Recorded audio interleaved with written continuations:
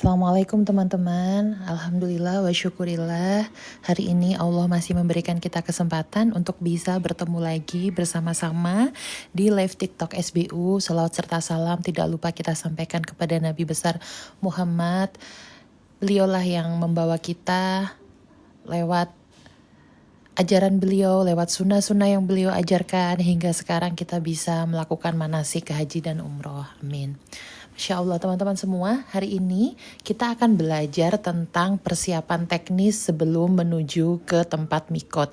Kalau biasanya para ustadz, ustadzah menjelaskan di manasik itu tentang fikih-fikihnya, maka sore hari ini insya Allah saya akan menjelaskan secara detail nih teman-teman, apa saja yang harus teman-teman perhatikan menuju ke area mikot. Nah, untuk pertemuan siang hari ini, sore hari ini ya teman-teman, kita akan membahas detail tentang mikot. Kali ini yang akan kita bahas adalah mikot di Zulhulaifah atau di Bir Ali, karena semua keberangkatan SBU kita akan berangkat dari Madinah dan kita akan singgah untuk bermikot di Bir Ali, sehingga kali ini yang kita bahas adalah bagaimana persiapan mikotnya ketika kita posisi ada di Madinah dan kita akan menunaikan umroh dan bermikot di Bir Ali. Nah tentunya panduan teknis yang akan saya sampaikan ini tidak bisa diterapkan ketika teman-teman melakukan mikotnya. Berbeda ya teman-teman ya, ketika misalkan teman-teman memulai umrohnya ini dari Mekah dulu. Teman-teman tidak bisa menggunakan anjuran teknis yang saya berikan ini. Persiapan teknis yang akan saya ajarkan di sore hari ini hanya bisa digunakan untuk teman-teman semua yang bermikot dari Zulhulaifah atau Bir Ali. Ya teman-teman, hanya bisa digunakan untuk yang mikot di Zulhulaifah atau Bir Ali. Bagi yang bermikot dari Qornul Manazil atau ke Taif dulu kemudian bermikot di Qornul Manazil, ataupun yang bermikot di Ya'lamlam di atas pesawat, adapun tidak bisa mengikuti teknis yang akan saya sampaikan di sore hari ini. Nah, sambil teman-teman menyimak materi kita sore hari ini, sambil bantuan di tap-tap layar dan di-share ya teman-teman, supaya makin banyak yang teredukasi seputar haji dan umroh. Baik, sore hari ini teman-teman kita akan mempelajari persiapan teknis apa saja yang harus kita perhatikan sebelum kita mengambil mikot. Nah, saat kita sebelum mengambil mikot, kita stay di Hotel Madinah. Nah, ini adalah posisi awal kita, teman-teman. Posisi awal kita adalah stay di Hotel Madinah, di mana saat kita berangkat ke Bir Ali itu adalah hari terakhir kita di Hotel Madinah. Jadi, teknisnya berawal dari H-1 ya. H-1 sebelum kita ambil mikot. H-1 sebelum ambil mikot, yang perlu teman-teman lakukan adalah yang pertama, packing koper. Nah, ini wajib teman-teman lakukan H-1 sebelum kita berangkat untuk ambil mikot ya, atau perjalanan dari Madinah menuju ke Mekah. Tolong 1 hari sebelumnya ini teman-teman melakukan yang namanya packing koper. Kopernya sudah harus di packing teman-teman. Jangan mendadak packing kopernya itu pada saat hari teman-teman keberangkatan menuju ke Mekah. Karena nanti pastinya akan ribet ya. Karena gini teman-teman, sebelum kita mengambil niat di mikot, kita itu harus betul-betul mempersiapkan hati kita, membangun rasa ya. Kita itu butuh yang namanya membangun rasa. Nah, kita membangun rasa khusyuk kita. Ya, ini penting sekali teman-teman. Kita harus yang namanya membangun rasa. Membangun rasa yaitu adalah menumbuhkan kehusyukan.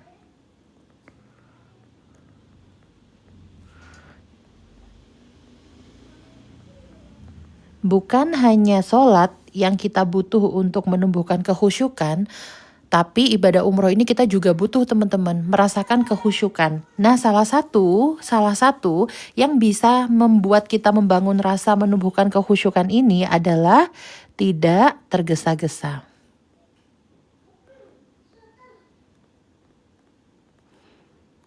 Sekarang saya mau tanya nih ke teman-teman follower yang sekarang sedang join.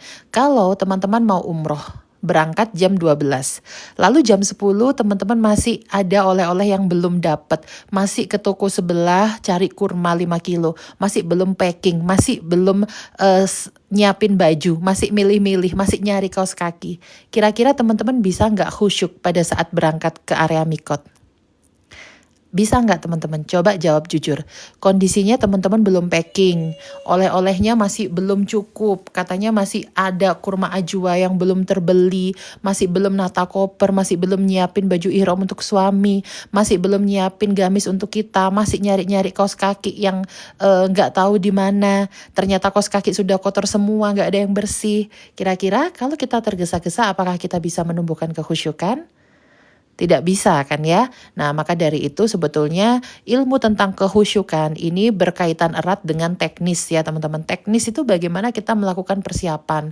Nah, hal-hal seperti ini itu jarang banget teman-teman disampaikan para ustadz-ustazah saat penyampaian materi fikih manasik. Jadi, di sini saya melengkapi menjelaskan penjabaran dari para ustadz dan ustazah yang sudah menjelaskan bab fikih tentang manasik. Di sini saya lengkapi dengan bab teknis yang berada di lapangan ya. Teknis di lapangan teman-teman itu harus banget melakukan packing koper H-1 ya. Ini H-1 teman-teman sudah harus packing koper. Nah, di mana ketika kita sudah packing koper ini berarti kita sudah beres beli oleh-oleh. Ya, sudah beres beli oleh-oleh dan yang kedua teman-teman gantung baju yang akan digunakan umroh. Nah, ini juga ada ilmunya teman-teman. Baju yang akan kita pakai, kita keluarkan dari koper besar dan kita gantung. Ya, dicatat, diingat-ingat. Baju yang akan kita pakai, kita gantung. Jangan ditaruh di koper. Nah, saat menggantung baju teman-teman, siapkan baju dari atas sampai bawah.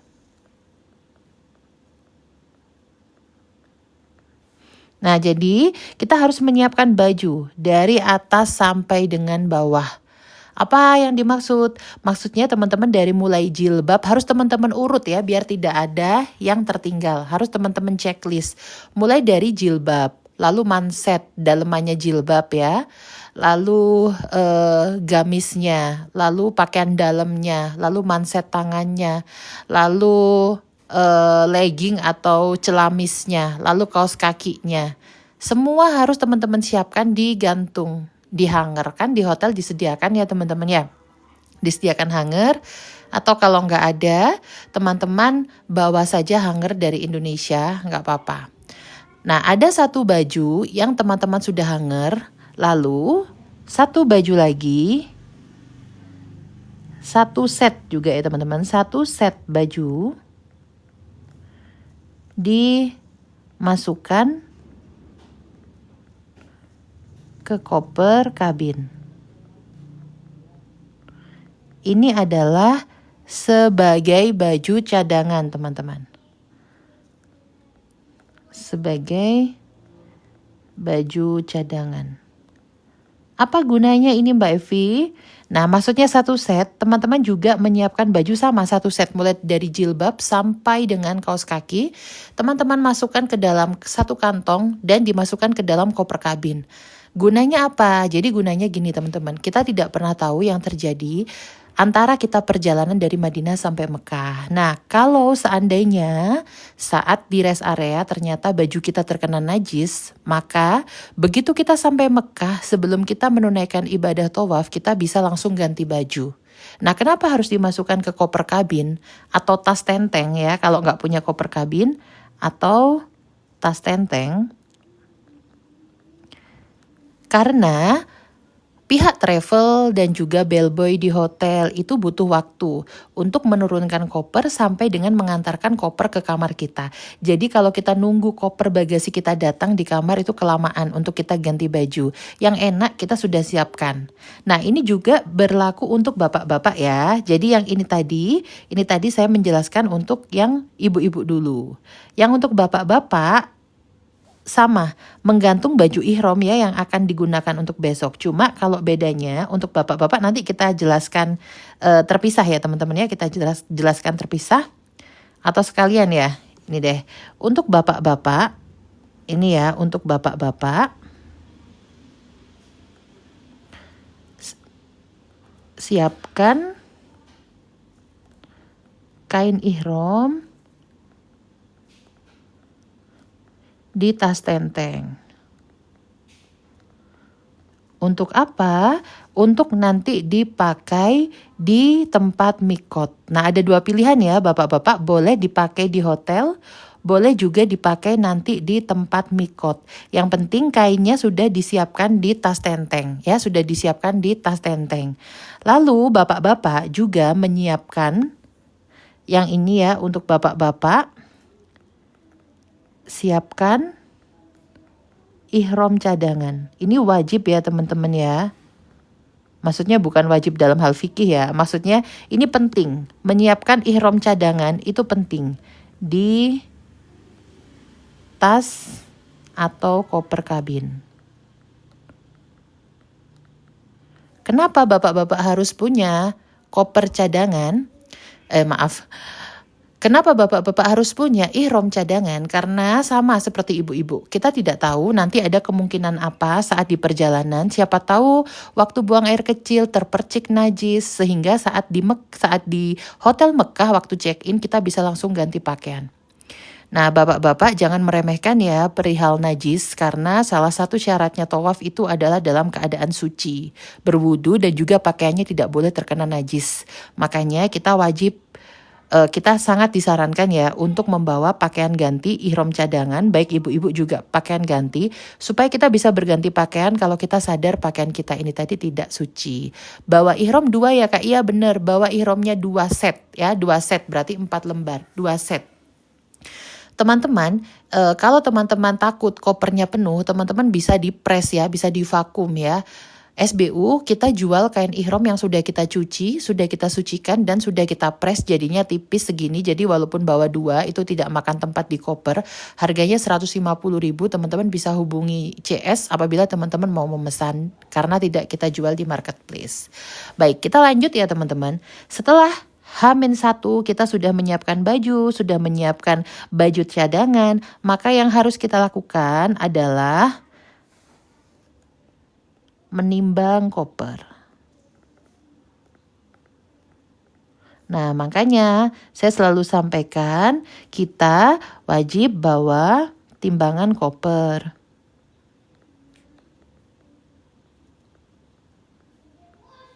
Kenapa Mbak Evi? Karena ini adalah saatnya kita bisa ngontrol koper kita ini berapa kilo. Ya, kita bisa ngontrol koper kita berapa kilo.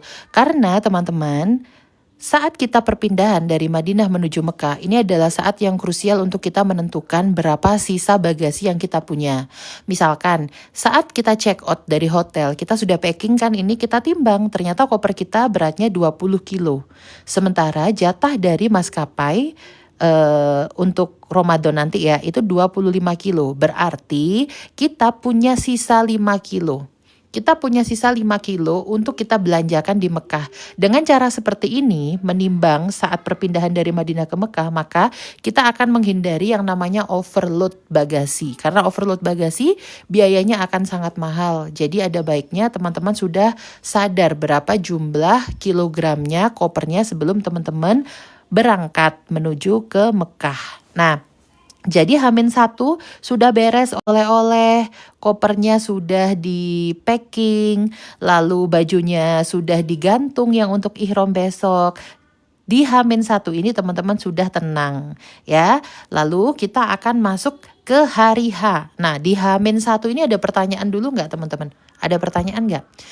Maaf Mbak, kalau untuk balita yang dibawa apa aja? Baik, untuk balita yang dibawa adalah keperluan mereka sehari-hari ya kayak keperluan mereka sehari-hari, tidak perlu memaksakan balita untuk menggunakan kain ihram karena mereka belum diwajibkan. Dan juga mereka juga kasihan ya Kak kalau terlalu kecil kita pakaikan kain ihram mulai dari Madinah menuju Mekah, itu kan di bis juga dingin. Jadi tidak perlu memaksakan. Kita cukup boleh memakaikan kain ihram tapi hanya untuk mengajari mereka saja, tidak mewajibkan. Jadi di dalamnya tetap kita kasih kaos, tetap kita kasih celana, tetap kita kasih pampers kalau dia masih pakai pampers ya. Cuma yang harus diperhatikan bagi yang membawa anak yang masih menggunakan pampers, sebelum perjalanan ke Masjidil Haram wajib diganti dulu pampersnya. Dan pada saat putaran tawaf itu segera diselesaikan supaya menghindari saat kita ajak berputar 7 kali itu dia pipis. Karena kalau sudah seperti itu kita harus menghentikan tawaf kita dan kita harus mengganti pampersnya, lalu kita baru melanjutkan tawaf lagi. Seperti itu. Kalau untuk anak-anak yang pasti anak-anak itu harus kita jaga kenyamanannya ya teman-teman. Jadi dahulukan kenyamanan anak-anak kita dibanding dengan kebutuhan kita. Ya, jadi teman-teman harus betul-betul tahu apa yang membuat balita kita nyaman. Jangan sampai memaksakan. Makanya teman-teman wajib belajar mulai dari sekarang supaya bisa mempersiapkan umrohnya sehingga tetap nyaman untuk balita. Assalamualaikum Mbak, alat vakum sebaiknya dimasukkan di kabin atau bagasi. Rumusnya gini teman-teman. Kalau tidak ada baterai, boleh diletakkan di koper bagasi. Itu rumusnya. Selagi tidak ada baterai, boleh diletakkan di koper bagasi. Dan alat vakum itu tidak berbaterai. Jadi teman-teman masukkan di bagasi. Oke. Ini adalah H-1 teknis yang kita lakukan sebelum kita mikot. Nah, ada lagi hal yang penting yang tidak boleh terlewat adalah mengulang manasik. Mengulang pelajaran manasik. Ini penting sekali ya teman-teman. Tidak peduli berapa kali SBU memberikan teman-teman semua manasik, 10 kali lebih, tapi tetap mengulang-ulang manasik itu penting sekali. Bahkan di kitab Al-Idhah fi Manasikil Hajj wal Umroh, Imam An-Nawawi mengatakan bahwa disarankan ya, disunahkan setiap orang yang berangkat haji dan umroh itu selama perjalanan itu membawa satu kitab yang berisi petunjuk manasik haji dan umroh dan dibaca berulang-ulang sampai pelajaran tentang manasik ini ada di luar kepala. Nah itu PR untuk kita semua ya. Jadi kalau bisa kita terus-menerus mengulang pelajaran manasik. Nah saya sangat menyarankan teman-teman untuk memiliki kitab Imam An-Nawawi ini ya teman-teman. Ini bentuk e-book yang sudah diterjemahkan ya. Ini bentuk e-book yang sudah diterjemahkan. Tapi apabila teman-teman mau yang bentuknya tertulis ya, yang bentuknya cetak itu juga ada. Yang bentuknya cetak itu juga ada. Harganya kalau tidak salah 150.000. Teman-teman bisa hubungi CSSBU ya, teman-teman bisa simpan nomor ini. Ini dicetak terbatas ya teman-teman, jumlahnya tidak banyak, dicetak terbatas kitab Al-Idhah ini. Jadi teman-teman yang mau silakan simpan bawa ini ke CS-nya SBU. Kalau yang bentuknya e-book seperti ini di harga sekitar 49.000 kalau saya nggak salah ya. Kalau yang bentuk cetak di harga 150.000 kalau saya nggak salah. Nih silakan membeli buku ini lalu dibaca berulang-ulang sampai materi yang ada di buku ini bisa kita pahami dan kita kuasai di luar kepala. Mbak saya mau e-booknya, boleh Kak Rani, boleh ya silakan dibawa ini. Nah ini ya teman-teman, ini ada materi yang bentar saya cek. Di sini tuh lengkap banget teman-teman. Ini juga yang kita bahas ya teman-teman ya, setiap Ahad malam bersama Ustadz Wildan kita membahas kitab Al-Idhah fi Manasikil Hajj wal Umroh. Nah ini teman-teman ya, ini kita bisa baca di bab ini. Disunahkan baginya, hukumnya sunnah ya teman-teman ya, untuk membawa serta sebuah kitab yang jelas dan ringkas tentang manasik. mencakup tujuan-tujuannya secara menyeluruh. Dan hendaklah ia terus-menerus membaca dan mengulang-ulang isi kitab tersebut sepanjang perjalanannya. Nah, jadi buku kitab tentang manasik itu harus kita baca terus-menerus sepanjang perjalanan, teman-teman. Hingga pemahaman akan manasik itu benar-benar tertanam dalam benaknya. Dan barang siapa yang meremehkan hal ini, nah ini kita diulti nih teman-teman sama Imam An-Nawawi ya. Kita diulti nih, barang siapa yang meremehkan hal ini, berarti nggak baca buku manasik, nggak baca kitab ya, maka kami khawatir ia akan pulang dari haji dan umrohnya ya tanpa pahala haji atau umroh. Lantaran ia bisa saja telah meninggalkan sesuatu syarat dari syarat-syaratnya atau salah satu rukun dari rukun-rukunnya atau perkara lain yang semisal dengannya. Nah, ini ada poin yang penting teman-teman yang harus kita garis bawahi ya, dan ini sering sekali terjadi pada jamaah Indonesia. Terkadang sebagian orang mengikuti perilaku sebagian masyarakat awam di Mekah dengan sangkaan bahwa mereka memahami seluk-beluk manasik, lalu tertipu dan terpedaya oleh mereka. Padahal hal itu adalah kekeliruan yang besar dan fatal. Nah, apa contohnya? Contohnya teman-teman, saya sendiri pernah loh mengalami hal yang sudah diwanti-wanti sama Imam An-Nawawi ini. Karena minimnya ilmu saya, itu yang pertama. Yang kedua, karena saya tidak mau belajar, itu yang kedua. Yang ketiga, saya menganggap bahwa semua orang yang ada di Arab, orang yang sudah berkecimpung di dunia travel umroh, ustadz, ustadzah, mutawif, mutawifah, itu mereka semua benar. Sehingga saya akan mengikuti mereka. Nah, ternyata kita sudah diulti nih sama Imam An-Nawawi bahwa seharusnya kita harus belajar sampai kita bisa membedakan yang benar mana, yang salah mana, dan kita diingatkan di sini bahwa tidak semua orang yang ada di sana itu mereka memahami seluk-beluk manasik. Apa yang terjadi kepada saya dulu teman-teman, dulu saya berangkat umroh menggunakan jilbab yang lebar, yang menutup dada. Udah bener, udah sesuai syariat ya, walaupun tidak terlalu lebar tapi sudah menutup dada. Nah, karena saya melihat di sana kebiasaan wanita-wanita Arab Saudi hanya menggunakan abaya dan juga pasmina yang cuma kayak cuma di ini kan cuma dilingkarkan gitu aja. Akhirnya saya itu berubah pikiran, oh berarti boleh ya pakai kayak gitu. Nah, sejak saat itu teman-teman, saya tuh merubah style jilbab saya yang menutup dada itu menjadi style pasmina yang cuma dililitkan di leher, dengan anggapan hal itu yang benar karena orang Arab melakukan itu. Nah, ternyata setelah saya membaca kitab ini Masya Allah ya teman-teman ya, buku ini ditulis sudah ratusan tahun yang lalu oleh Imam An-Nawawi, tapi seakan-akan Imam An-Nawawi ini bisa memprediksi bahwa di masa depan memang terjadi hal yang seperti ini, dan ini justru terjadi ke saya sendiri teman-teman. Udah benar-benar pakai jilbab yang menutup dada, labuh di dada, tapi ternyata sampai sana melihat kebiasaan orang Arab yang cuma menggunakan abaya dan juga pasmina yang dililitkan di leher, akhirnya pulang membawa kebiasaan itu. Nah, itulah teman-teman, maksudnya bahwa kita itu harus belajar agar kita bisa mengetahui yang mana yang benar dan yang mana yang menyesatkan. Termasuk kapan hari saya pernah bikin postingan tentang musik ya teman-teman, banyak orang yang komentar, buktinya di Arab Saudi ada kok konser, ada kok gini. Nah, ini adalah cerminan tentang nasihat Imam An-Nawawi ini teman-teman. Tidak semua yang ada di Arab ini benar. Makanya kita harus berangkat itu sudah punya ilmu gitu teman-teman. Kak, saat pelaksanaan umroh dibimbing oleh mutawif Kak? Iya, dibimbing teman-teman di SBU. Mulai dari keberangkatan kita datang di Bandara Jeddah sampai kita pulang di Bandara Jeddah didampingi oleh mutawif. Tapi melalui live ini saya juga mau mengingatkan ke teman-teman bahwa jangan sekali-kali kita meletakkan ibadah kita, mempasrahkan ibadah kita kepada mutawif ataupun tour leader. Ya, saya ulangi ya teman-teman. Jangan sekali-kali kita pasrah dengan ibadah kita di Tanah Suci kepada mutawif dan tour leader, karena tidak semua orang beruntung memiliki mutawif ataupun tour leader yang memahami syariat, memahami agama. Banyak mutawif yang mungkin menguasai fikih haji dan umroh, tapi dari kelakuannya tidak mencerminkan orang yang faham dengan syariat. Jadi teman-teman, jangan mempasrahkan ibadah kalian kepada mutawif dan tour leader ya. Teman-teman wajib membekali diri kalian sendiri dengan ilmu. Insya Allah kalau kita sudah berilmu, kita bisa menentukan di sana saat kita sedang dihadapkan oleh keputusan-keputusan yang berkaitan dengan ibadah, kita bisa menentukan ya. Seperti itu teman-teman.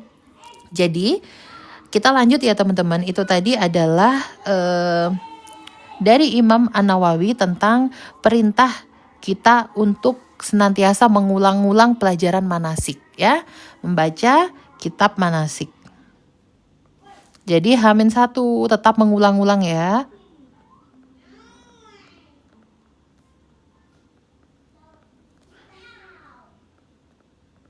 Saya juga mau menyampaikan teman-teman berhati-hati dalam memilih buku panduan manasik. Berhati-hati sekali karena saya sendiri teman-teman mengalami.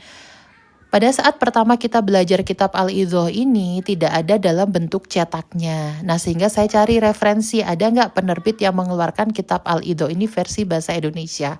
Karena tidak semua dari kita bisa membaca kitab berbahasa Arab. Nah akhirnya ketemu penerbit dari Mizan. Teman-teman tahu ternyata mereka melakukan kesalahan cetak yang sangat fatal sekali. Yang sangat fatal sekali menurut saya. Sehingga ternyata dalam memilih buku pun itu kita harus sangat berhati-hati. Dan saya sudah tidak merekomendasikan buku itu lagi. Ya teman-teman, jadi hati-hati. Baik, kita lanjut ya teman-teman. H-1 kita tetap mengulang-ulang pelajaran manasik sampai ada di luar kepala kita, pemahaman kita. Nah setelah itu kita masuk ke hari H. Hari H, perjalanan menuju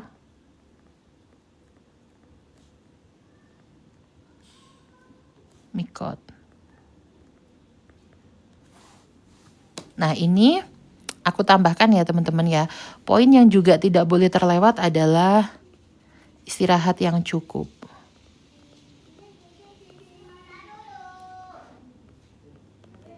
Kenapa? Karena ibadah umroh itu kita butuh fisik yang kuat.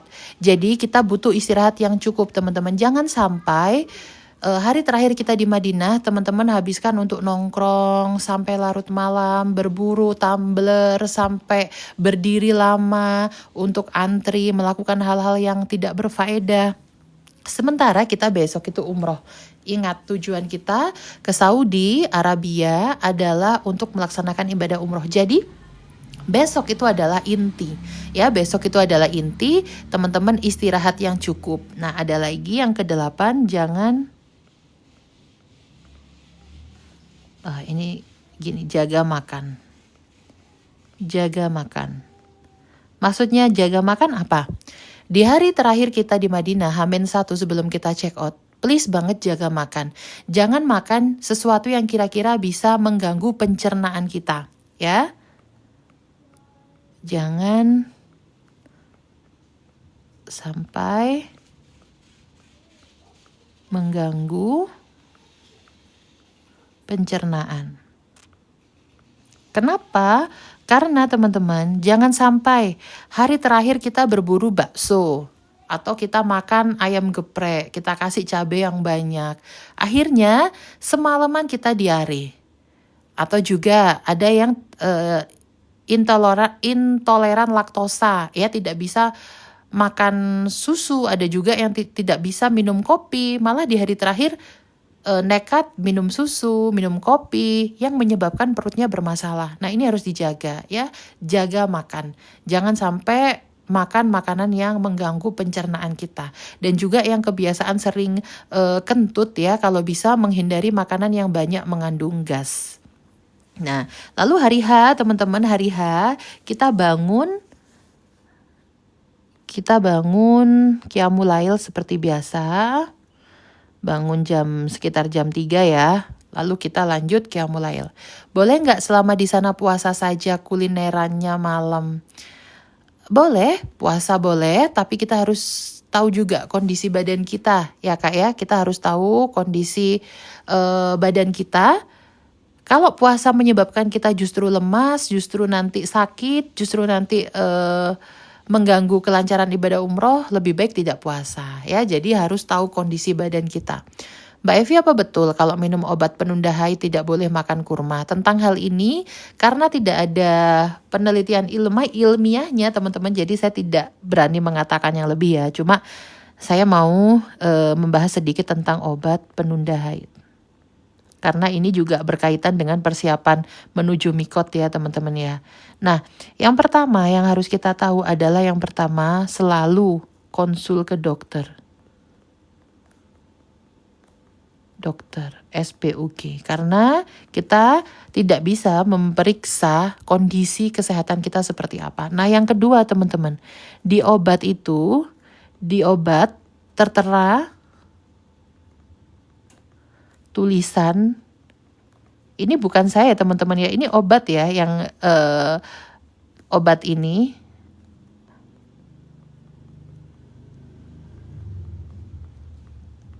nah, di obat ini teman-teman, di obat ini itu tuh tertera tulisan yang berbunyi, jangan kurang lebih ya teman-teman ya, jangan tidak boleh dikonsumsi gitu.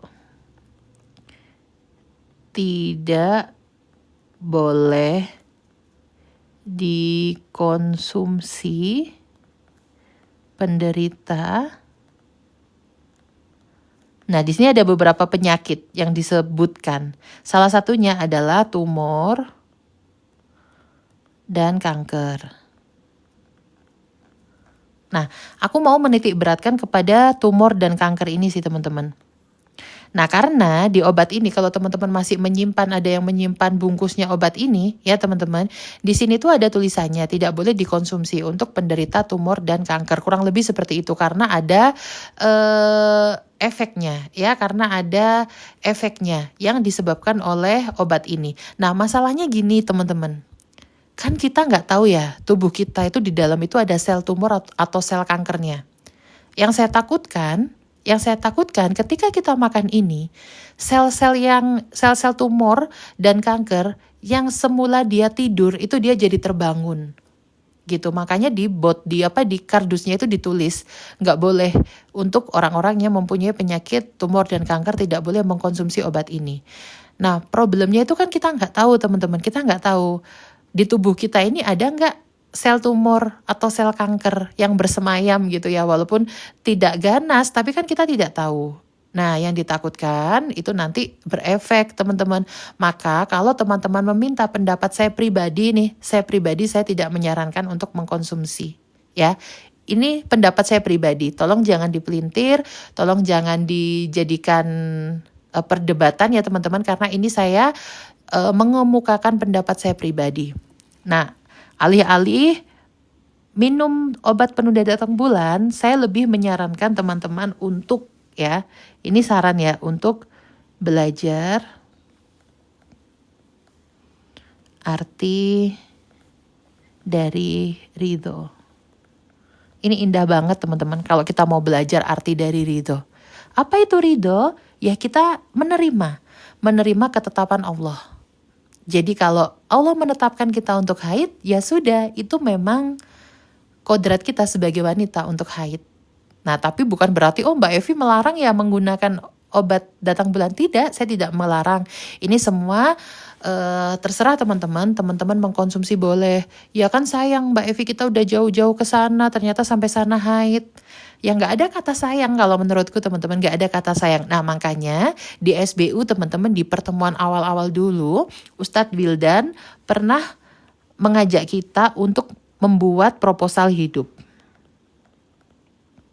Nah, teman-teman yang belum menyimak materi ini bisa disimak ya, sudah ada rekamannya di YouTube-nya, semua bisa umroh official.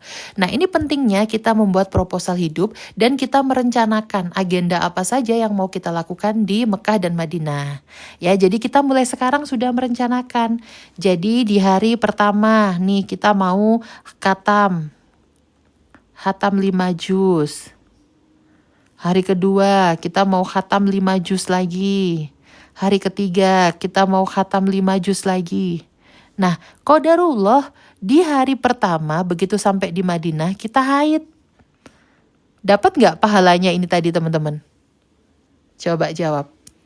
Kita sudah merencanakan nih dari Indonesia, hari pertama mau khatam 5 juz, hari kedua mau khatam 5 juz, hari ketiga mau khatam 5 juz. Sudah kita prepare. Ternyata sampai di Madinah kita haid. Nah, dapat nggak Dapet, makanya enaknya kita sebagai wanita itu seperti itu teman-teman. Jadi nggak ada kata-kata, aduh sayang Mbak Evi saya sudah jauh-jauh di Madinah, nggak bisa ke masjid, nggak bisa sholat, nggak bisa ini. Nggak ada teman-teman, nggak ada yang sayang, nggak ada kata sayang kalau kita sudah paham konsepnya ridho dengan ketetapan Allah. Ya, jadi gini teman-teman, kenapa saya kurang merekomendasikan untuk minum obat penunda datang bulan? Karena gini, yang saya temukan di lapangan orang-orang yang sudah konsumsi obat ini, nah tapi qadarullah ternyata tetap haid. Nah ini yang saya takutkan. Ya teman-teman simak ya, orang-orang yang sudah mengkonsumsi obat, tapi ternyata qadarullah tetap haid. Ini mereka di sini tuh sangat kecewa yang berlebihan. Setuju nggak teman-teman? Sedih yang berlebihan. Setuju nggak teman-teman? Nah takutnya kecewa dan berlebihan ini mendorong kita sampai kita membenci takdir Allah. Nah ini yang saya takutkan. Yang saya takutkan ketika kita sudah ada di level membenci takdir Allah. Sedih loh, orang yang sudah jauh-jauh ke sana minum obat penunda datang bulan ternyata tetap aja haid. Dan ini banyak banget justru kacau di sana. Justru haidnya justru nggak selesai-selesai. Kalau biasanya haidnya itu 4 hari, 5 hari selesai, orang-orang yang tidak minum obat itu kadang ada yang cuma 3 hari atau 2 hari selesai loh teman-teman. Bayangkan. Ya, jadi boleh minum obat penunda datang bulan. Yang penting teman-teman harus mempersiapkan hatinya. Kalau sudah minum obat datang bulan tapi ternyata masih haid, jangan sampai kita kecewa berlebihan. Jangan sampai sedih yang berlebihan. Nah ini di lapangan yang sering saya temui ini. Akhirnya di bandara nangis-nangis. Kenapa ibu nangis? Kan ini kita mau berangkat umroh, kan kita harus bahagia. Mbak Evi, saya padahal sudah konsultasi ke dokter Mbak Evi, saya sudah minum obat, tapi ini tadi men saya keluar Mbak Evi. Dia sedih banget teman-teman di bandara. Sampai menurut saya berlebihan lah. Akhirnya gini loh teman-teman. Kan kita umroh itu diundang ya sama Allah. Bayangkan kita menuju undangan, tapi kita dengan hati yang tidak bahagia, dengan hati yang kecewa dengan takdir Allah. Nah itu kita takdir teman-teman, haid itu takdir. Bahkan haid itu fitrah, ya. Haid itu fitrahnya wanita yang haid itu Allah turunkan kepada wanita agar wanita ini sehat. Masya Allah. Cuma saya tidak mau membahas terlalu lanjut ya teman-teman tentang efek buruknya obat penunda datang bulan. Karena pasti akan banyak pro dan kontra. Tapi kalau saya meyakini bahwa takdir Allah itu terbaik. Jadi pilihannya ada di tangan teman-teman semua.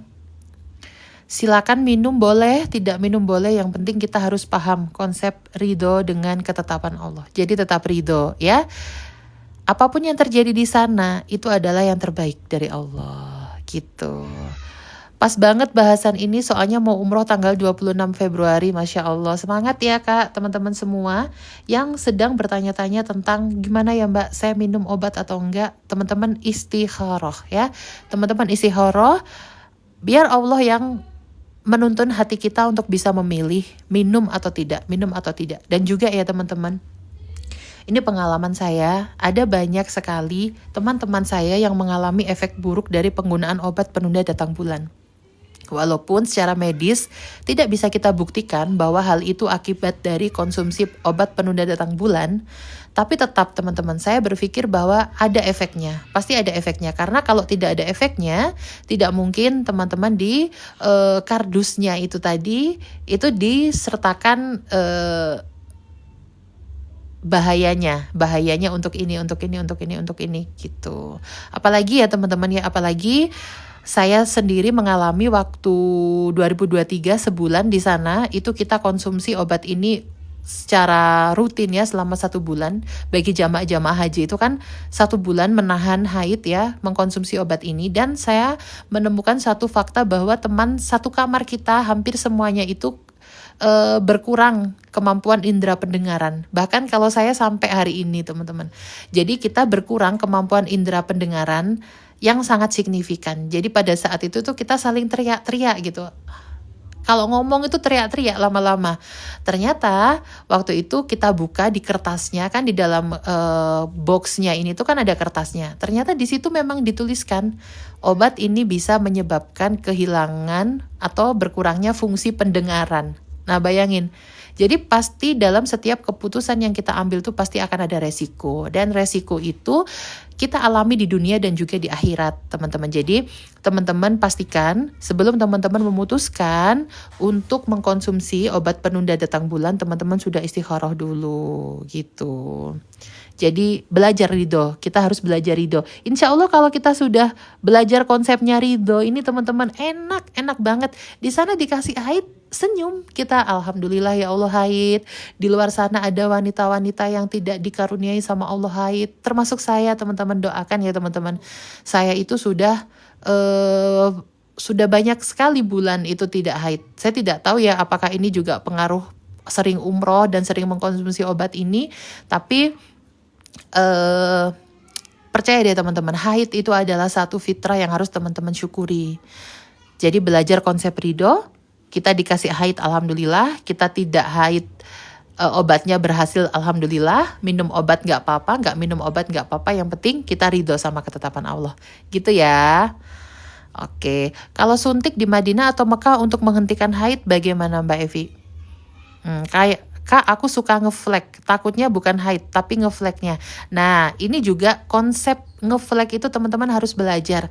Kalau aku sarankan teman-teman mendengarkan kajiannya Ustadz Abdurrahman Zahir ya, yang membahas tentang darah haid ya. Ada kajian beliau yang membahas tentang macam-macam darah haid. Karena kita harus bisa mengklasifikasikan darah itu termasuk darah haid atau darah-darah yang lain ya. Karena beda jenis darah akan beda cara menghukuminya. Dan teman-teman yang aku takutkan dari pengkonsumsian obat penunda datang bulan ini, obat ini tuh sering bikin orang haidnya itu justru terus menerus, jadi dikit gitu. Dan itu menghukuminya juga akan berbeda teman-teman, karena kita harus menghitung ya, waktu darah keluar kita hitung sampai dengan 24 jam atau tidak gitu. Nama ustadznya Ustadz Abdurrahman Zahir. Ustadz Abdurrahman Zahir. Bentar ya teman-teman, coba aku carikan ya kalau ada. Kalau nggak salah di YT ada deh teman-teman. Bentar, coba saya carikan ya.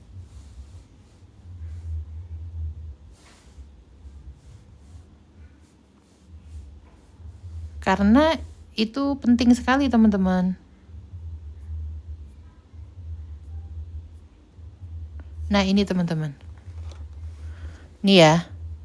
Fikih haid, nifas, dan istihadoh. Fikih haid, nifas, dan istihadoh oleh Ustadz Abdurrahman Zahir. Ini ya teman-teman ya, ini ada 2. Jadi teman-teman bisa pelajari ini dulu supaya saat nanti kita ternyata dapat haid yang cuma ngeflek gitu, kita bisa ambil keputusan ini harus seperti apa gitu. Oke, kita lanjut ya teman-teman dengan bahasan kita tadi. Kita sampai di hari H. Hari H perjalanan kita menuju mikot seperti biasa. Kita bangun jam 3 atau terserah teman-teman biasanya bangun jam berapa untuk sholat qiyamul lail. Dilanjutkan dengan subuh. Dilanjutkan dengan syuruk. Nah setelah itu teman-teman pulang ke hotel dan sarapan. Nah biasanya sarapan ini antara jam 8-an ya, dan biasanya instruksi dari travel kita akan berangkat itu setelah sholat duhur. Nah jadi waktu antara sarapan kita lihat kita sekamar ini ada berapa orang. Misalkan sekamar itu kita ada 4 orang ya, sekamar ada 4 orang, 1 orang mandi ihram, mandi sunnah ihram ya.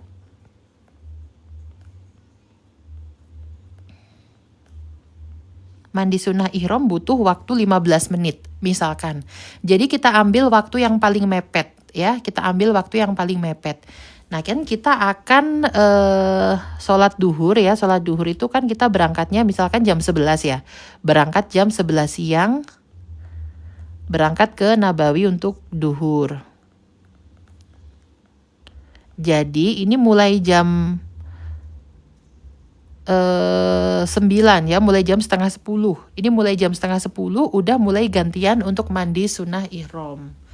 Jadi kenapa harus di waktu gitu? Karena jangan semuanya pada menundaan nanti aja. Nah teman-teman lupa kalau satu orang itu butuh waktu antara 15 menit karena harus keramas, harus mencukur bulu-bulu. Jadi bikin kesepakatan, teman-teman kita jam 11 mau ke masjid.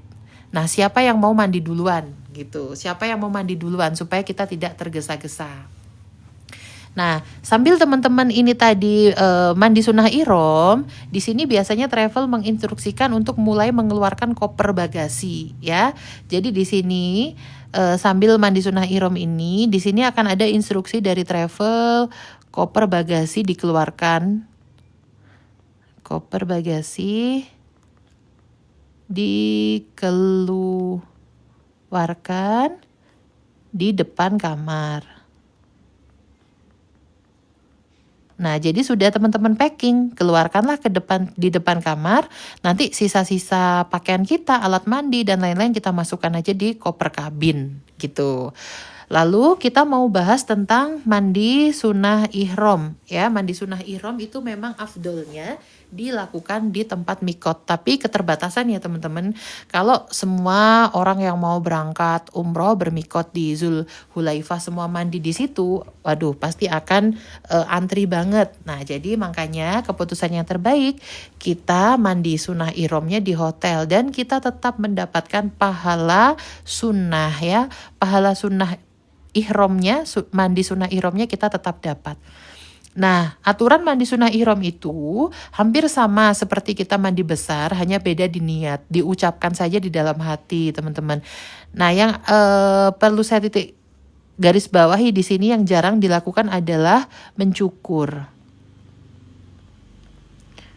Nah, ternyata banyak sekali ibu-ibu, bapak-bapak yang tidak tahu bahwa kita itu harus mencukur bulu kemaluan kita. Tidak hanya saat umroh, tapi di keseharian teman-teman, itu kita harus rutin membersihkan area kemaluan, ketiak, itu disunahkan untuk mencukur. Ayo siapa yang baru tahu, coba komen saya. Ada nggak yang baru tahu kalau kita disunahkan untuk membersihkan area kemaluan kita, ketiak kita. Kalau untuk bapak-bapak kumis juga ya, bukan jenggot ya, tapi kumis. Itu kita disunahkan untuk mencukur. Jadi teknisnya kalau fikihnya cara mandi ihram dijelaskan sama Ustadz ya. Kita bahas fikihnya, ya kita bahas teknisnya. Kita mandi sunnah ihram sebelum sholat tahajud gimana Bun? Nah kalau bisa teman-teman, kalau bisa mandinya itu setelah sholat subuh saja gitu. Supaya waktunya itu tidak terlalu jauh ya.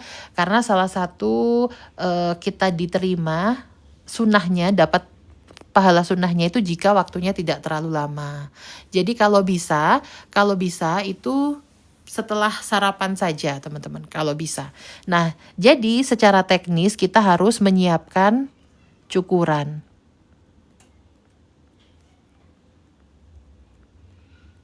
Nah ini yang harus secara teknis kita siapkan adalah cukuran. Kita siapkan dari Indonesia. Saya tuh kaget teman-teman. Ternyata jamaah itu banyak yang nggak tahu tentang kita yang disunahkan untuk mencukur bulu kemaluan. Kenapa? Pada saat hari H saya sampaikan itu banyak yang mendadak beli cukuran di hotel karena tidak tahu, ya. Oh iya maaf, karena Ramadan nggak sarapan teman-teman. Jadi setelah sholat sunnah isrok kita kembali ke hotel, kan kita nggak sarapan ya, kita sudah sahur. Nah di situ tadi kita mandi sunnah ihram. Kalau mencukurnya pada saat di Indonesia, Mbak, boleh, tapi nanti pada saat mandi ihram dicukur lagi, ya. Harus bersih kakak, apa boleh dipotong aja? Kalau bisa sih bersih ya teman-teman ya, kalau bisa sih bersih. Makanya perlu berlatih ya, karena kalau nggak terbiasa itu agak susah. Nah makanya waktu dengan teman sekamar ini tadi harus ditentukan karena kita itu ada keramas, ada mencukur, jadi kita butuh waktu yang lumayan lama teman-teman. Nah cukuran ini teman-teman letakkan di koper bagasi ya. Ini penting, kita bawa dari Indonesia diletakkan di koper bagasi. Jangan diletakkan di koper kabin, nanti disita sama petugasnya. Jadi kita menyiapkan cukuran, kita bercukur, kita mandi, keramas, wudhu, seperti kita mandi besar ya teman-teman, seperti kita mandi besar. Nah setelah itu yang harus kita siapkan adalah hair dryer. Nah ini gak ada yang menjelaskan ya, pasti ustadzah gak menjelaskan, tapi menurutku ini penting. Kenapa penting? Karena teman-teman, kita kalau rambut kita dalam kondisi basah, lalu kita langsung kuncir, dan kita bawa sholat ke Masjid Nabawi, lanjut kita ambil mikot, lanjut kita perjalanan 6 jam di bis, yang ada kita pusing. Bisa-bisa kita mabuk perjalanan, bisa-bisa kita masuk angin, bisa-bisa kita demam ya teman-teman. Jadi teman-teman kalau di hotel tidak menyediakan, baiknya bawa dari rumah hair dryer yang kecil-kecil aja. Nggak apa-apa teman-teman, yang penting sebelum kita kembali menggunakan jilbab, rambut kita sudah dalam keadaan hampir kering ya, walaupun tidak terlalu kering itu nggak apa-apa. Yang penting jangan dalam keadaan basah ya. Yang penting jangan dalam keadaan basah. Nah setelah kita selesai kita hair dryer, nah kalau bisa, kalau di hotel, kenapa kita harus bawa hair dryer dari rumah? Karena kalau kita sekamar berempat atau berlima, hair dryer ini biasanya ada di dalam kamar mandi teman-teman. Nah kalau kita hair dryer rambut di dalam kamar mandi, otomatis waktu kita mandi itu makin lama lagi. Waktu teman kita nunggu kita itu makin lama lagi. Jadi kalau kita bawa dari rumah, kita bisa hair dryer rambut kita itu di luar. Jadi teman kita bisa gantian mandi. Nah ini termasuk adab dalam kita sekamar bersama orang lain ya. Hal-hal detail seperti ini harus kita pikirkan. Nah, di hari terakhir ini sudah jangan ada yang nyuci-nyuci, jangan ada yang terlalu lama di kamar mandi karena kita harus bergantian ya, kamar mandi harus bergantian. Jadi kalau Bapak Ibu punya hair dryer, nggak apa-apa, dibawa hair dryernya supaya kita bisa mengeringkan rambut di luar kamar. Nah setelah itu, setelah kita selesai mandi, wudhu, lalu kita keluar kamar, kita hair dryer rambut, baru kita menggunakan pakaian tadi yang suci, yang akan kita gunakan untuk umroh. Nah ini tentang rambut teman-teman, ini ada beberapa tips ya, ada beberapa tips. Nah di sini, ini kan kita tengkuk ya teman-teman ya. Ini kan wajah ya. Ini kan gini, terus kan ini leher. Gini ya. Ini kan leher kita, ya kan? Nah, kalau bisa teman-teman jangan pakai cepolan yang di sini, gede kayak gini. Nggak boleh ya. Nabi saja melarang, apalagi kita mau umroh. Kita pakai cepolan segede gaban ini untuk apa sih? Tujuannya, apalagi kalau tujuannya untuk mempercantik diri, untuk menarik perhatian laki-laki, astagfirullahaladzim ya. Malah nggak boleh. Orang kita mau umroh itu kita menghadap ke Allah, bukan untuk mencari penilaian orang lain. Jadi jangan pernah menggunakan yang seperti ini. Walaupun artis-artis pakai yang kayak gini, ingat tadi nasihat dari Imam An-Nawawi, tidak semua orang bisa dijadikan suri toladan. Dan sebaik-baiknya suri toladan adalah Rasulullah, dan Rasulullah pernah mengingatkan kaum wanita untuk jangan menggunakan seperti ini, seperti punuk unta ya. Jadi cepol-cepol yang seperti ini itu udahlah dibuang sekarang ya dari rumah masing-masing, dibuang, nggak boleh. Termasuk saat kita menguncir rambut jangan di sini teman-teman ya. Ini jangan dikuncir seperti ini. Kenapa? Pertama, dia menyerupai punuk unta. Yang kedua, saat kita nanti duduk di bis, ini kan tempat duduk di bis ya teman-teman ya. Ini nggak akan nyaman kita karena di sini kita keganjel. Nah, terus di mana dan bagaimana Mbak Evi cara nguncirnya? Cara nguncirnya teman-teman di sini. Di bawah tengkuk sini ya. Kalau teman-teman rambutnya panjang itu malah lebih enak, bisa di kepang. Ya, bisa dikepang gini kalau rambutnya panjang ya. Tapi kalau rambutnya tidak panjang, bisa dikuncir biasa saja. dikuncir biasa saja tapi di sini letaknya. Nah, kalau di sini ini nanti tidak menyebabkan pusing dan juga saat nanti di bis ini sandaran ya. Ini nyaman teman-teman karena bisa kita jadikan sekalian bisa kita jadikan bantal. Ya, coba deh diraba. Kalau kita nguncirnya di bagian bawah pasti enak kalau dipakai untuk duduk bersandar. Nah, cuma kadang jadinya ke jilbab memang jelek ya. Jadinya ke jilbab memang jelek, tidak terlihat semenarik kalau kita pakai cepol di atas sini ya, kayak gede gitu kan. Jilbabnya jadi bagus gitu ya. Tapi kan lagi-lagi kita tidak untuk berhias ya. Umroh ini kita ingin nurut sama Allah, kita ingin menjadi tamu Allah ya. Jadi ini sepele tapi ini akan berpengaruh sama kenyamanan kita. Jadi diikat di sini ya. Ikatannya jangan terlalu rapat karena bisa bikin pusing. Jangan terlalu kendor juga karena kalau terlalu kendor nanti ikatannya rawan copot. Rumusnya, ikatan ini bikinlah ikatan yang kira-kira bisa bertahan selama 12 jam. Ya, karena ikatan ini teman-teman tidak akan kita buka sampai kita tahalul. Kenapa seperti ini? Karena ketika kita membuka ikatan dengan sengaja, maka akan ada rambut yang tercabut. Udah pasti itu teman-teman. 1 atau 2 pasti ada yang tercabut. Jadi kita hindari untuk membuka ikatan yang ada, rambut wanita yang ada di bawah ini kita hindari sampai kita tahalul ya, sampai kita tahalul kita hindari. Membuka cepol itu kita hindari. Makanya sebelum kita berangkat ke mikot waktu kita di Madinah itu harus betul-betul santai, nyaman, terus dirasakan cepolannya di sini udah nyaman belum, udah enak belum gitu. Kak, kalau kelupaan gimana? Yang lalu ya Kak ya, biarlah berlalu. Yang mau berangkat lagi harus dihati-hati ya, karena lupa pada saat umroh itu hukumnya beda ya teman-teman ya. Contohnya gini, saya kasih contoh gini. Ada orang-orang yang pada saat melewati mikot itu lupa berniat. Ada yang karena lupa, ada yang karena tidak tahu, ada yang karena haid dan tidak dikonsultasikan dengan ustadznya atau mutawifnya. Mutawifnya tidak menyampaikan sehingga mereka haid dan mereka melewati mikot tanpa berihram. Gitu kan? Nah, kalau di kaidah-kaidah fikih yang lain, orang lupa itu tidak dihukumi teman-teman. Tapi di umroh ini beda. Orang yang lupa mengambil niat saat melintasi mikot itu tetap harus membayar dam walaupun dia lupa. Oh, maaf teman-teman, dia tidak berdosa ya, dia tetap membayar dam tapi dia tidak berdosa karena orang lupa ya, orang lupa kan tidak berdosa tapi dia tetap harus membayar dam. Nah itu makanya kita harus hati-hati saat umroh karena kita tidak bisa meremehkan hukum-hukumnya teman-teman.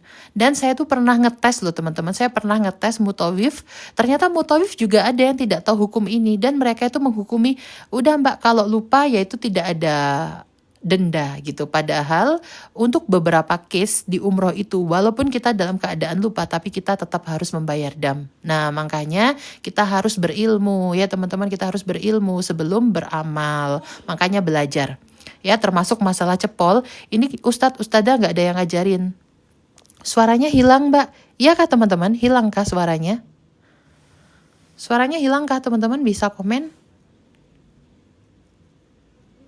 Bisa komen gak teman-teman? Aman ya, aman, baik. Jadi teman-teman, perihal umroh ini walaupun cuma cepolan tapi akan berpengaruh sama kenyamanan kita. Kalau kita di bis kita nggak nyaman, kita pusing, kita nggak bisa khusyuk, kita nggak bisa talbiyah, kita nggak bisa muhasabah, kita nggak bisa doa. Yang ada di kepala kita nyut-nyutan. Yang ada di kepala kita migrain, pusing, masuk angin, apalagi rambutnya basah. Nah ya jadi nurut sama nasihatku, insya Allah teman-teman akan nyaman. Ya jadi sebetulnya ini nggak berlaku untuk umroh saja sih teman-teman ya. Kalau bisa cepol-cepol yang di belakang, yang besar kayak gini ya, kayak helm bugu ini sudah ditinggalkan. Apa sih ya teman-teman yang mau kita kejar ya? Apa sih yang mau kita kejar? Kalau nasihat sudah sampai ke kita, itu tandanya Allah sangat sayang sama kita. Karena di luar sana banyak yang tidak menerima nasihat seperti teman-teman 273 orang ini. buang teman-teman, buang semua ya. Buang semua. Di umroh pertama aku ikat kayak yang kedua, pusing di bis. Nah bener, pusing teman-teman, pusing ya. Jadi pelajaran-pelajaran teknis seperti ini jarang diajarkan sama ustadz dan ustadzah. Makanya teman-teman follow akun TikTok SBU untuk mendapatkan pelajaran-pelajaran seputar haji dan umroh ya. Di sini aku akan bahas secara detail tentang teknis-teknis umroh yang jarang disampaikan oleh para pembimbing, ustadz dan ustadzah ya. Jangan lupa follow ya. Jadi teman-teman, untuk ibu-ibu hindari cepol ini. Nah, lalu setelah itu teman-teman ambil air ya. Kalau tidak ada ambil air. Lalu teman-teman basahi anak-anak rambut, baru teman-teman pakai ciput. Nah, tapi ini aku buka ke teman-teman yang lihat apa yang nonton live hari ini. Aku mau minta doa teman-teman. Aku mau minta doa. Aku sedang mengembangkan satu produk ya, satu produk untuk menunjang kesempurnaan teman-teman saat umroh, yaitu adalah aku bikin maskara kayak maskara gitu teman-teman, tapi untuk rambut, untuk anak-anak rambut. Aku buat itu berdasarkan pengalamanku sendiri. Ketika kita sudah gerak seperti apa, itu akan ada kemungkinan anak-anak rambut itu kita keluar-keluar. Apalagi yang pakai kacamata. Ada nggak yang mengalami problem yang sama kayak aku teman-teman? Coba komen saya. Ada nggak yang mengalami problem kalau lagi pakai jilbab, anak-anak rambutnya yang bagian depan itu keluar-keluar? Padahal kan kalau umroh kita nggak boleh terlihat rambut satu helai pun kan nggak boleh. Ada nggak yang punya problem seperti itu teman-teman? Nah doakan ya teman-teman, insya Allah aku tuh lagi bikin gel rambut yang tidak berbau, yang menggunakan bahan-bahan yang halal, yang diformulasikan untuk merapikan anak-anak rambut. Karena pada saat umroh itu teman-teman, kita butuh waktu, kita akan menghabiskan 12 jam lebih berjilbab, di mana kita punya larangan rambut tidak boleh terlihat. Nah doakan ya teman-teman, doakan. Semoga segera jadi dan segera bisa membantu teman-teman bukan hanya umroh ya, tapi keseharian supaya rambutnya rapi. Nah nanti itu teman-teman kalau pakai gel itu bentuknya kayak sikat maskara gitu ya. Setelah kita ngikat rambut, itu kita oles-oleskan ke bagian anak-anak rambut kita. Nanti dia itu akan rapi seperti kalau kita pakai hairspray ya, tapi tidak berbau. Jadi bisa digunakan saat umroh. Insya Allah akan menjawab problem-problemnya teman-teman semua yang selama ini teman-teman rasakan ya. Dan kayak saya pun itu tidak menyangka ya teman-teman ya, tiba-tiba mau mengeluarkan produk seperti ini. Tapi yang membuat saya happy, di mana setiap produk yang dikeluarkan SBU itu memberikan manfaat. Nah itu happy banget sih teman-teman, happy banget. Makanya teman-teman yang rambutnya pendek dipanjangin ya, karena kalau rambutnya pendek itu susah teman-teman ya. Yang rambutnya pendek tuh dipanjangin. Selain kita juga sunnah sebagai seorang wanita memanjangkan rambut. Kalau teman-teman rambutnya terlalu pendek, misalkan bob gini ya teman-teman ya, ini susah untuk berjilbab. Saya dulu berpikiran kalau rambut pendek itu enak, tapi ternyata ketika rambut pendek yang tidak bisa dikuncir itu justru susah. Ada nggak yang sepakat? Rambut pendek yang terlalu pendek itu justru susah teman-teman. Nah yang terbaik rambut itu adalah ketika rambut itu bisa dikepang ya, itu yang bagus. Produknya kira-kira launching kapan? Insya Allah saya berangkat haji tahun ini. Masya Allah doakan. Kalau bisa launching sebelum musim haji itu sangat bermanfaat sekali bagi para jamaah haji ya. Karena teman-teman haji itu ya Allah jalan kakinya jauh. Kita banyak sekali yang kita lakukan yang berhubungan dengan aktivitas fisik ya. Jadi rambut itu suatu problem kecil tapi mengganggu ya. Itu betul-betul kecil tapi mengganggu. Doakan ya teman-teman. Aku di sini tadi minta doa ke teman-teman semoga produknya bisa segera rilis dan bermanfaat untuk banyak muslimah-muslimah di luar sana. Nah teman-teman yang butuh jilbab, nah ini kita setelah bahas rambut, kita sekarang bahas jilbab. Nah jilbab teman-teman, pastikan jilbabnya itu menutup seluruh aurat kecuali muka. Nah termasuk ini teman-teman, di bawah dagu kita ya, bawah dagu adalah aurat. Bawah dagu adalah aurat. Nah, jadi yang masih terbiasa pakai jilbab segitiga ya, tolong ditambahkan ciput yang ada penutup dagunya ya. Jadi pakai ciput yang ada penutup dagunya karena bawah dagu itu adalah aurat. Doakan Mbak Evi, aku cari-cari mana Mbak Evi live ada lagi, alhamdulillah. Doakan aku umroh Maret Mbak Evi, Masya Allah. Sehat selalu ya Kak Tika, lancar umrohnya. Ya Allah teman-teman, kemarin berarti ini ya, kemarin nyariin aku lama nggak live ya teman-teman. Nyesel banget kemarin di umroh pertama potong rambut. Iya bener teman-teman, potong rambut yang terlalu pendek itu justru nyesel. Karena makin susah diatur apalagi kalau kita berjilbab. Jadi rambutnya dipanjangin lagi ya, sampai bisa dikepang. Nah kalau udah dikepang kita nggak perlu ngiket. Karena kan kalau kepang ya, kalau kita kepang nih, rambut kalau dikepang, ini kan ngiketnya di bagian bawah sini teman-teman. Ya kan, ngiketnya di bagian bawah sini. Jadi nggak bikin pusing gitu. Aku doakan pokoknya teman-teman semua bisa haji, bisa umroh secepatnya ya. Yang penting belajar dulu. Teh powerbank 20.000 mAh bisa masuk pesawat nggak bisa? Bisa Kak, bisa. Yang penting ditaruhnya di tas ya, di tas tenteng kita. Nah, kita lanjut lagi ya teman-teman. Setelah kita pakai jilbab, kita rapikan rambut, kita pakai gamis. Nah, kita persiapan untuk sholat duhur. Nah, sebelum sholat duhur ada hal yang harus kita lakukan. Yaitu apa? Yaitu check out dari kamar ya. Yaitu check out.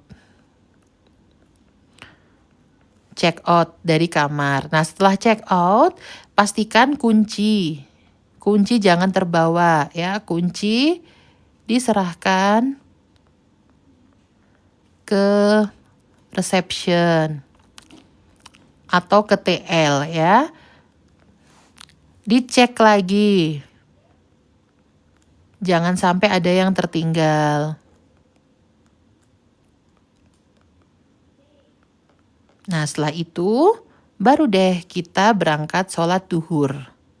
Setelah kita selesai sholat duhurnya jangan lupa di jamak takdim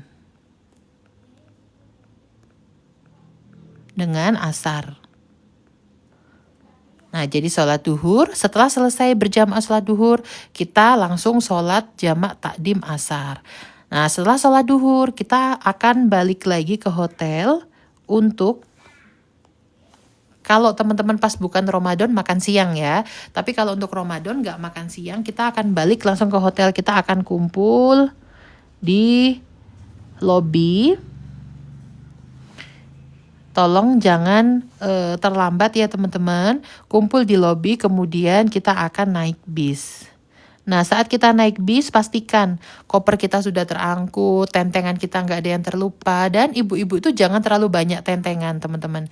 Jangan terlalu banyak tentengan ya. Usahakan saat safar itu kita cuma bawa 2 aja. Yang pertama itu koper besar. Nah, yang kedua itu koper kabin. Koper kecil ya. Dan 1 tas kecil aja.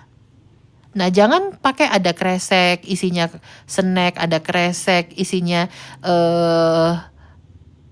boneka unta, ada kresek isinya ini. Kalau terlalu banyak kresek ini rawan untuk tertinggal ya, rawan untuk tertinggal. Jadi usahakan kalau bisa bawa koper besar 1, kalau ada koper kecil 1 sama tas kecil aja. Ini cukup ya.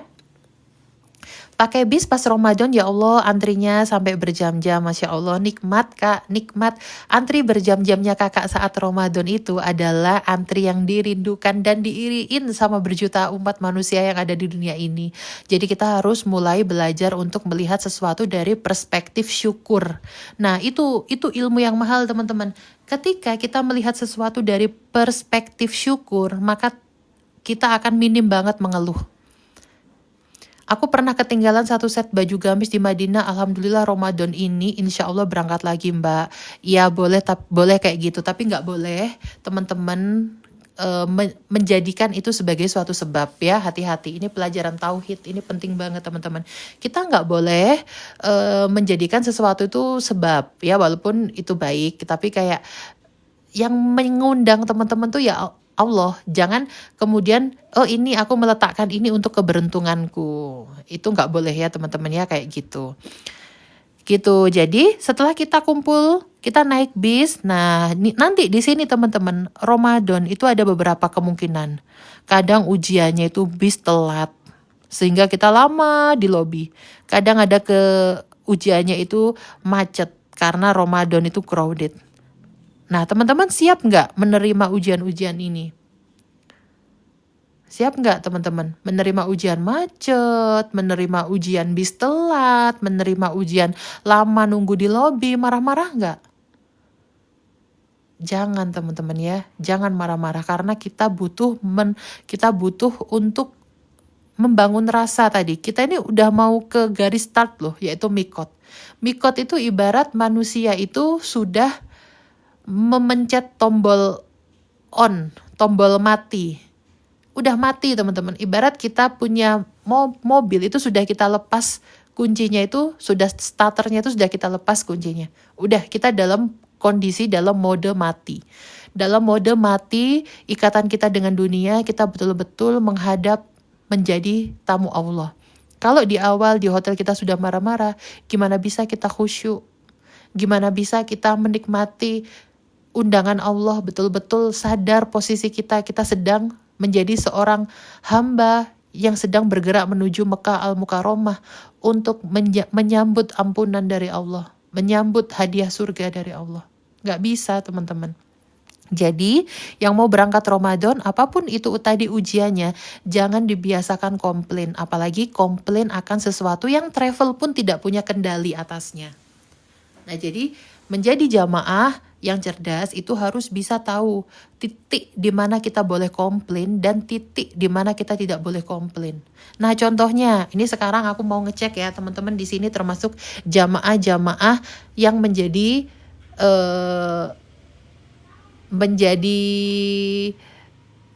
ujian untuk travel dan teman-teman atau menjadi hadiah untuk travel. Nah misalkan tour leader menginformasikan Bapak Ibu kumpul di lobi jam 12. Nah ternyata bisnya baru datang jam 1 karena macet. Komplain atau tidak komplain? Alasannya macet ya teman-teman, alasannya macet. Komplain atau tidak komplain? 14 hari lagi saya insya Allah berangkat umroh, tapi kenapa saya belum maksimal latihan ibadah ya Kak? Masih ada waktu Kak. 14 hari masih ada waktu baca kitab manasik Imam An-Nawawi, insya Allah di dalam isinya lengkap. Kakak bisa dapatkan versi e-book atau versi cetaknya. 14 hari masih sangat cukup untuk mempelajari kitab Al-Idho fi Manasikil Hajj wal Umroh ini. Kakak boleh bawa aku di nomor ini. Ada versi e-book, ada versi cetaknya ya. Teman-teman boleh pesan di sini ya teman-teman. Tapi jumlahnya terbatas. Jadi teman-teman simpan ini dan bilang mau pesan buku kitab manasiknya Imam An-Nawawi. Ya 14 hari itu waktu yang cukup. Tanda Allah masih mengizinkan kakak untuk belajar ya. Nah jadi gak boleh ya kita komplain kepada travel atas sesuatu yang bukan kesalahannya travel. Nah, kalau kondisi kayak gini boleh nggak komplain? Teman-teman dijanjikan hotel bintang 3 di Madinah yang bisa ditempuh dengan jalan kaki. Ternyata sampai Madinah, teman-teman ditempatkan di apartemen, bukan hotel. Yang jaraknya ke hotel harus naik bis. Hal yang seperti itu boleh nggak komplain ke travel? Boleh nggak? Komplain karena tidak sesuai akad, benar. Jadi ada hal-hal yang boleh dikomplainkan dan ada hal-hal yang tidak boleh dikomplainkan. Nah contohnya nih teman-teman, Le Méridien itu kan rame ya hotelnya. Le Méridien rame sehingga kalau pas jamnya makan itu antri. Nah akhirnya jamaah komplain lah, Mbak Evi ini lo makannya itu lo antri kayak gini. Nah, saya sebagai travel teman-teman, saya mengusahakan, saya datang ke kantor manajemen untuk menyampaikan, ada nggak solusi? Karena ini terlalu membeludak yang makan siang. Sementara hotel tidak bisa memberikan solusi. Nah, seharusnya di titik-titik seperti itu jamaah itu bisa memahami ya teman-teman, ini kesalahannya travel atau bukan sih? Karena rugi teman-teman, kalau teman-teman umroh itu kebanyakan komplain, yang rugi itu ada di teman-teman. Makanya pilih travel yang betul-betul sesuai akad, yang akadnya itu benar-benar direalisasikan di sana, sehingga bisa meminimalisir komplain. Jadi teman-teman semua harus yang namanya bisa membedakan mana hal yang bisa dikomplain, mana hal yang tidak bisa dikomplain. Dibaca lagi akadnya, selagi di akad itu tadi disampaikan oleh travelnya tapi ternyata tidak diberikan, maka teman-teman boleh komplain. Komplain pun diatur ya, karena ada larangan berdebat selama menjalankan ibadah umroh. Komplain pun diatur dengan cara yang tetap sopan gitu. Oke, setelah kita semua sudah kumpul, lalu kita naik bis karena Ramadan kita tidak makan siang ya teman-teman, maka kita akan bergerak menuju ke Mikot. Jangan lupa doa safarnya. Nah, itu teman-teman adalah yang kita bahas hari ini. Panjang ya, 1 jam lebih hanya untuk membahas persiapan teknis menuju Mikot. Insya Allah besok apabila masih Allah berikan waktu akan saya sambung lagi materi saat berada di Mikotnya. Jadi ini adalah materi hari ini ya teman-teman. Sebelum kita tutup kita buka 10 menit waktu untuk tanya jawab. Mbak, umroh Ramadan baiknya kapan sahurnya? Sahur yang terbaik itu adalah waktu mendekati imsak. Hotel telat kasih handuk aja. Hotel telat kasih handuk aja umat 15-16 serombongan dapat kurma. Karena aku sering gak enak gitu teman-teman kalau mengecewakan orang. Padahal handuknya kurang itu juga sebetulnya bukan kesalahanku ya. Tapi aku paham kan itu merugikan ya. Ramadan 1 nanti ada kan TL ceweknya Mbak Evi. Kita sekarang semua sudah tidak ada TL cewek. Kak Malulu mohon maaf. Karena keputusan itu saya ambil karena banyak pertimbangan ya. Jadi Ramadan 1, 2, 3 semua tour leadernya laki-laki. Tahapan kalau datang ke Mekah dulu apa ya? Ini panjang Kak, kalau datang ke Mekah dulu yang jelas lebih susah ya. Lebih susah menurutku ketika Mekah dulu. Karena kita persiapannya di atas pesawat. Itu kita harus benar-benar paham ilmunya dulu. Jangan sampai kita salah langkah ya. Apalagi sampai kita melewati mikot tanpa mengambil niat. Mbak, umroh Ramadan musim dingin nggak? Masih kerasa dinginnya tapi tidak terlalu dingin sedingin November, Desember, Januari. Kak, bagaimana cara mensiasati selama umroh tidak haid? Meskipun bukan jadwal haid. Minta tolong ke Allah, kalaupun dikasih haid ridho. Mbak, kalau Ramadan kita buka puasa di hotel nanti bakal dapat tempat buat tarawih. Tergantung hotelnya. Kalau hotelnya di Zamzam Tower, pulang dulu, terus balik lagi, kemungkinan masih dapat ya. Tapi kalau hotelnya jauh, kemungkinan nggak dapat. Di Zamzam Tower aja, kalau kita setelah sholat maghrib kita keluar, itu mungkin kita dapat, tapi bukan yang di area lantai-lantai 1-2 ya. Kemungkinan tuh sudah di lantai-lantai atas. Umroh Ramadan sudah habis ya Mbak Evi. Umroh Ramadan sudah kita tutup tahun lalu teman-teman, karena di SBU itu kita nggak mau mendadak ya, kita nggak mau apa-apa itu dadakan. Mbak, aku ke Mekah dulu, nanti jadwal travelnya belajar ya Kak Tika, belajar ambil mikot di pesawat. Jadi siapkan semua pakaian ihramnya mulai dari bandara di Indonesia ya, mulai dari bandara di Indonesia. Suaminya nggak boleh pakai sepatu ya, berarti berangkatnya pakai sendal aja.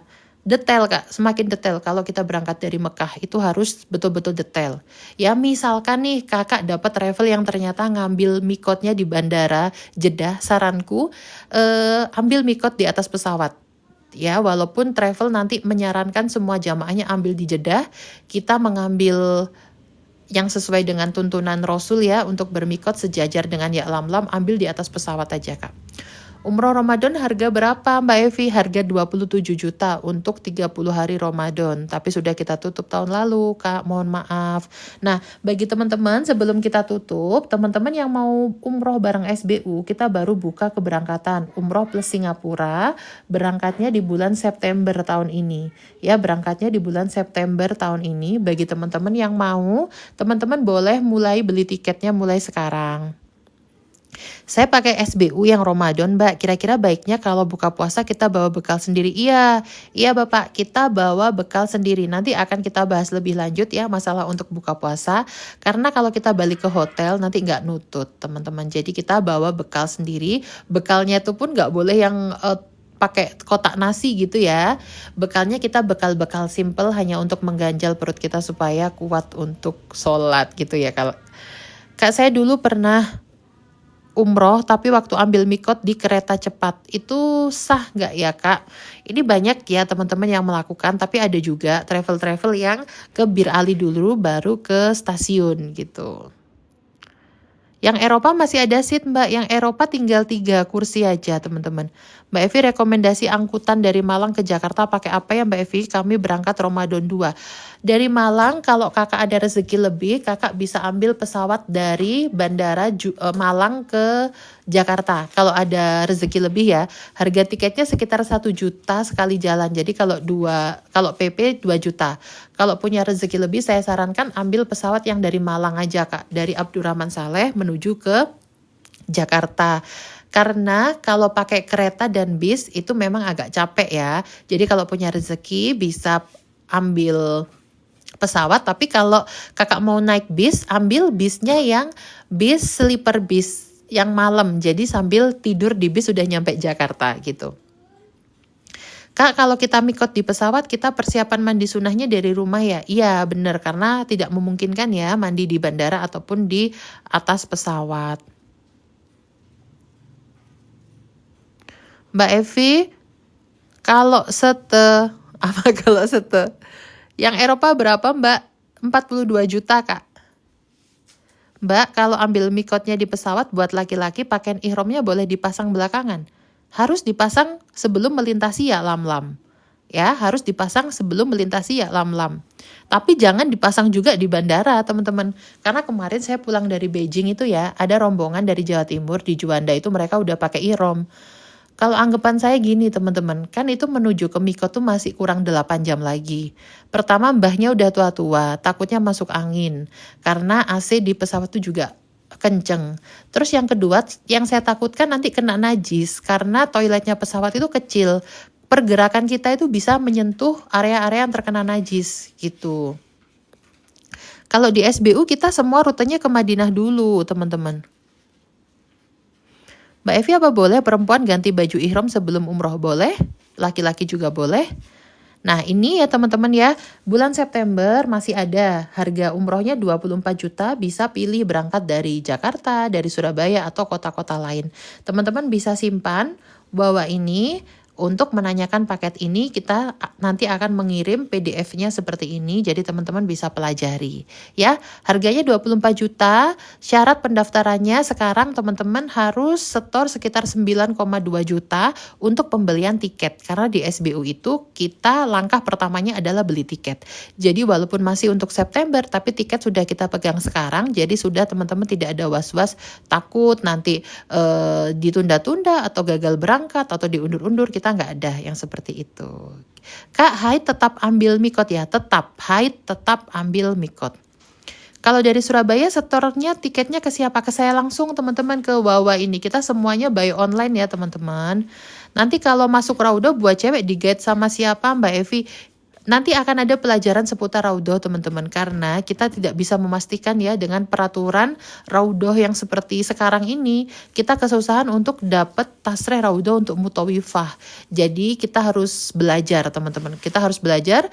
Insya Allah kalau kita belajar kita bisa mengguide diri kita sendiri di sana. Tapi SBU tetap mengusahakan apabila kita bisa dapat tasreh untuk mutawifah, maka akan didampingi oleh mutawifah. Yang berapa hari Mbak Evi? 24 juta. 24 juta ini umroh plus Singapura 10 hari. Umroh plus Eropa bulan November.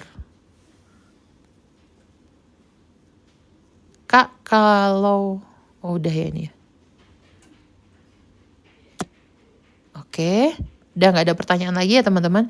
Di Singapurnya 1 malam teman-teman, 1 malam. Nginep semalam di Singapurnya. Pakai maskapai apa Mbak? Singapore Airlines dan Scoot. Singapore Airlines dan Scoot. Berapa hari ke Eropa? 16 hari. Umroh plus Eropanya 16 hari. Oke teman-teman, udah mau persiapan waktu maghrib ya. Insya Allah bagi teman-teman yang ketinggalan live ini nanti akan aku record dan aku upload ulang di YouTube ya buat teman-teman SBU yang ketinggalan. Baik, terima kasih teman-teman. Kita tutup dengan bacaan hamdalah. Alhamdulillahirabbil alamin. Astaghfirullahaladzim, astaghfirullahaladzim, astaghfirullahaladzim. Subhanakallahumma wa bihamdika asyhadu alla ilaha illa anta astaghfiruka wa atubu ilaik. Terima kasih teman-teman semua. Saya pamit dulu ya. Bagi teman-teman yang mau menanyakan paket ini, seatnya terbatas, segera daftar, segera beli tiketnya. insya Allah kita akan berangkat bersama-sama. Di save ya bahwa ini, pamit dulu teman-teman. Assalamualaikum warahmatullahi wabarakatuh.